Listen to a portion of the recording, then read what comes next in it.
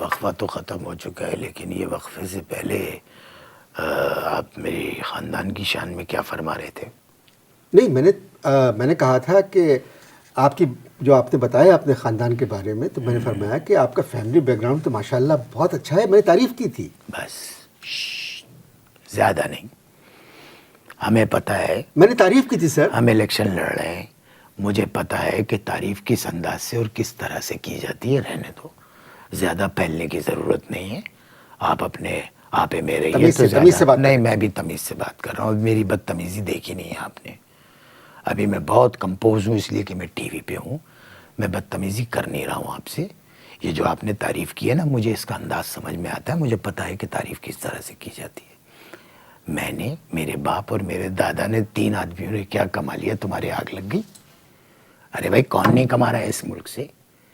یہی تو اس ملک کی خوبی ہے کہ یہ ملک ہر ایک کو موقع دیتا ہے کمانے کا. مگر یہ قوم ٹھیک نہیں ہے. ملک ٹھیک ہے، یہ قوم ٹھیک نہیں ہے. اسی لیے میرا نعرہ ہے میں قوم کو ٹھیک کر کے دم لوں گا. آپ بھی تو قوم میں شامل ہیں. نہیں نہیں نہیں نہیں نہیں نہیں، جو شخص الیکشن میں کھڑا ہو رہا ہے اس کا قوم سے کوئی تعلق. کیا کہہ رہے ہیں آپ؟ میں نہیں کہہ رہا ڈونٹ شاؤٹ. میں نہیں کہہ رہا. یہ شیکسپیئر نے کہا ہے کہ جو آدمی الیکشن میں کھڑا ہوتا ہے یا کھڑا ہو رہا ہے اس کا قوم سے کوئی تعلق نہیں. یہ شیکسپیئر نے اپنے کسی ڈرامے میں کہا. کون سے ڈرامے میں کہا ہے؟ اب شیکسپیئر نے بہت سارے ڈرامے لکھے ہیں، خود ڈھونڈو. میں کوئی ملازم لگاؤں گا تمہارا کہ میں ڈھونڈ کے بتاؤں کہ جی کون سے ڈرامے میں، کون سے صفحے پہ، کب کہا، کون سے سن میں کہا. آپ کو اعتراض ہے کہ لوگ آپ کے جلسے میں آنے کے اور آپ کی تقریر سننے کے آپ سے پیسے مانگتے ہیں؟ ارے تقریر سننے کے پیسے مانگے تو چلو، یہ تو ایک روایت سمجھ میں آتی ہے. سلام کرنے کے بعد پیسے مانگ لیتے ہیں. آتے ہیں کہتے ہیں السلام علیکم سر. اب میں نے وعلیکم السلام کہا بھی نہیں، وہ کہتے ہیں نکالو 100 روپے. تو آپ منع کر دیں. نہیں نہیں،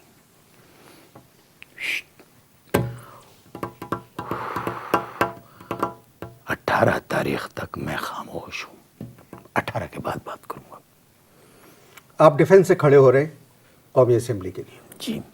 اس علاقے سے ایم کیو ایم کی جانب سے محترمہ خوشبخش شجاعت صاحبہ اور پیپلز پارٹی کی جانب سے ڈاکٹر مرزا اختیار بیگ بھی کھڑے ہو رہے ہیں. یہ بیڈ لک ہے ان دونوں کی. کیا ہے؟ بیڈ لک کہ ان دونوں کی مخالفت میں کھڑا ہو رہا ہوں. اب میرا دیکھو، یہ تمہیں میرے بارے میں علم نہیں ہے. ان دونوں کے مقابلے پہ میں کھڑا ہو رہا ہوں ایک آزاد امیدوار کی حیثیت سے.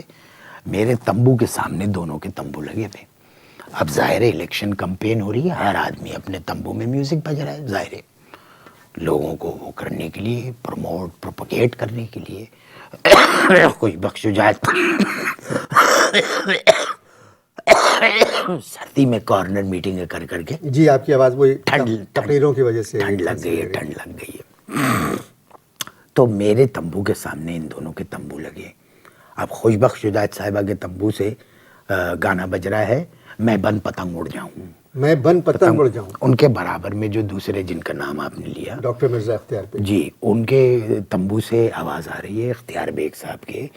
وہ آ رہی ہے تیر کھاتے جائیں گے، آنسو بہاتے جائیں گے، زندگی بھر اپنی قسمت آزماتے جائیں گے. ٹھیک ہے. اب صاحب ان سے تھوڑا دور ایک قاف کا تمبو لگا ہوا ہے، وہاں سے بھی ایک گانا بج رہا ہے. کون سا؟ آ جا تو بہ جا سائیکل تے، آ جا تو بہ جا سائیکل تے، آ جا تو بہ جا سائیکل تے. یہ تو آپ نے اپنے تمبو کے لیے کوئی گانا نہیں بنایا؟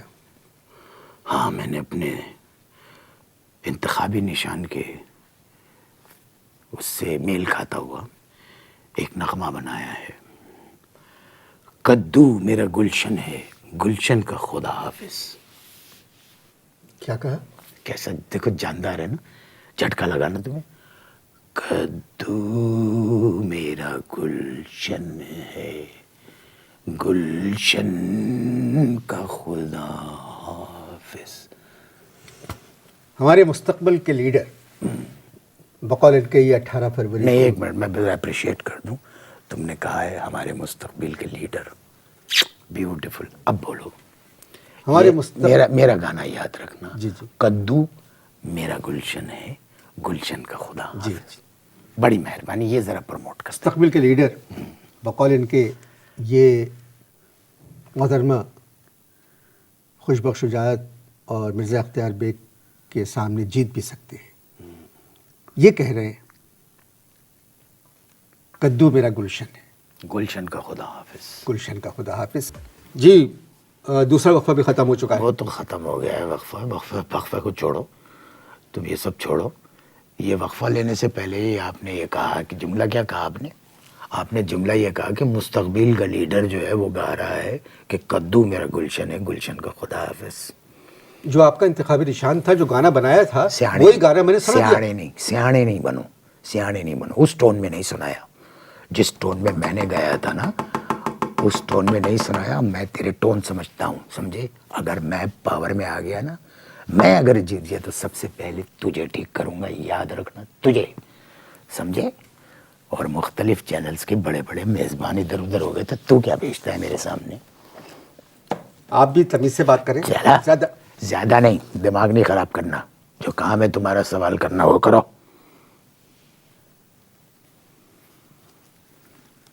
ٹانٹنگ مت کرنا میرے پہ.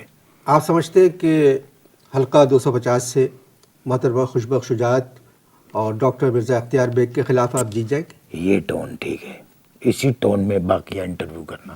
پھر سے پوچھو.